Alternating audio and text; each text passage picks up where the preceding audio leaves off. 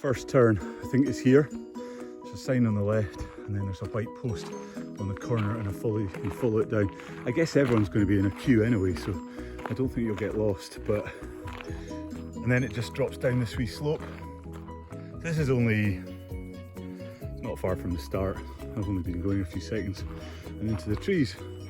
So this is the second junction. There's a road path down to the right, which I've just run down by mistake, and then a path down to the left, and we are taking the left turn here.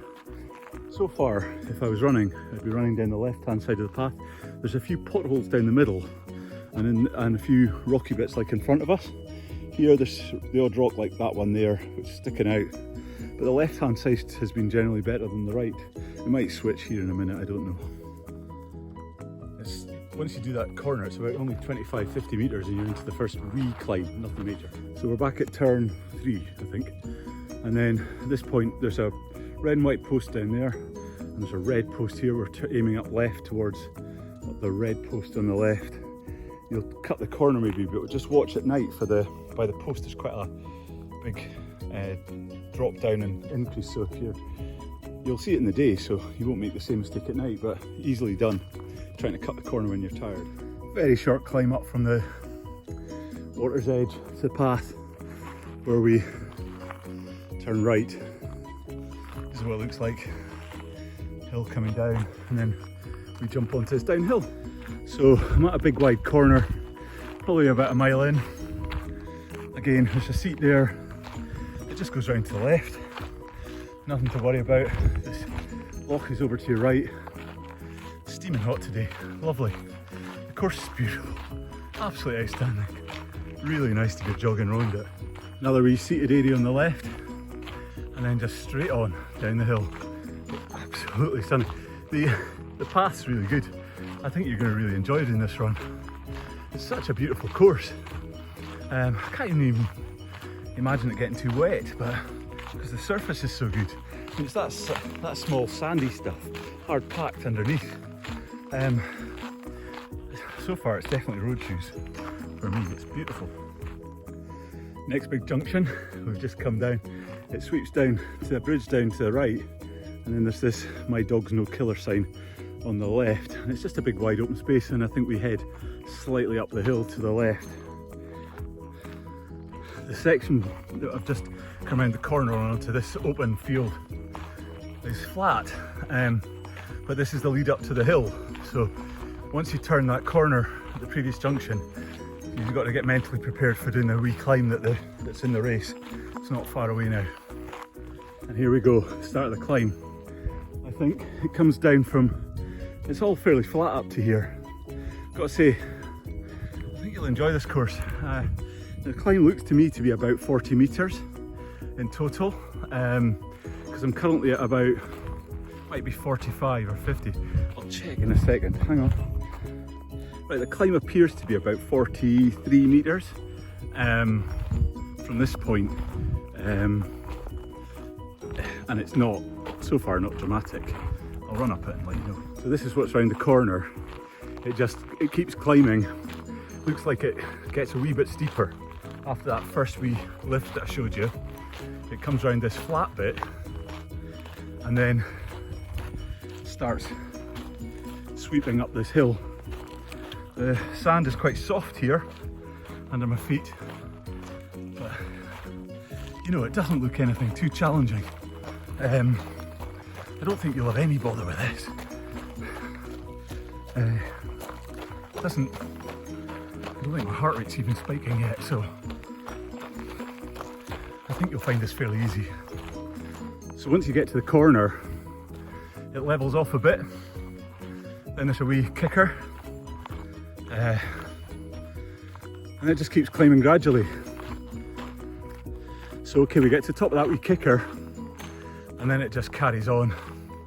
Very steady, nothing difficult, nothing steep, nothing like the fling. So these are the hills you'll chew up. This is exactly what you're designed for. These sort of hills are brilliant. From that sign that you see on the right, It gets a wee bit steeper, kicks up at the end towards that log pile that's further up, just to warn you. And then I think it's beginning to level off at the top. I'm at the log pile, looking up the next log pile. It continues up. Here's the view back down the hill. So you can see it's a bit of a climb, but nothing that you can't manage.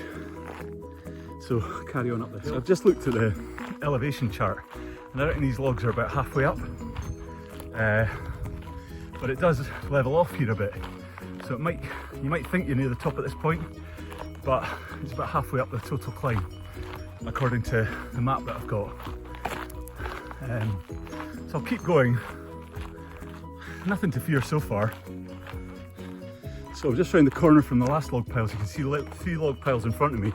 Continues the climb, again very gentle, nothing steep so far. I think it's just going to be a long, slow grind getting up this one. So just past those 3 log piles, it's boiling hot. Very gentle gradient here. Look at the trees. Look at that sun. Just stunning.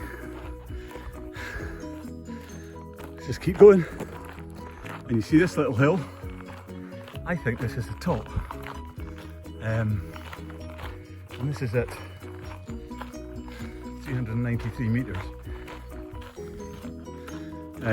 So I think you're pretty much done climbing at this point. We can work out the length of that hill later when I get measuring stuff on my computer. But honestly, for you, I think you'll find it a bit of a breeze. For me, good old sweat on. Right, I'll start the downhill. See, it just drops away in front of me and sweeps round to the left. So the descent looks pretty straightforward. It's not steep. The one thing to be careful of is overstriding, and that can lead to tightness in your calves and in your hamstrings later in the race. You get lovely views down to Loch below, which you can just see through the trees, and that's where. And then it's going to be easy for you. The descent will be lovely and relaxed, and just watch your stride length on it, and that's about it. It's not slippy. It's really good, well-made ground. No sitting on the chair to take in the views. That would be just wasting time. And then we carry on down the hill. At the bottom of the hill, we just bear to the right, start heading back towards the car park. You're not far from the end of the loop at this point. Flies are wild. You might need some bug spray. And there's horse flies. So I've been eating quite a bit. Had a bit of blood taken this morning. There you go.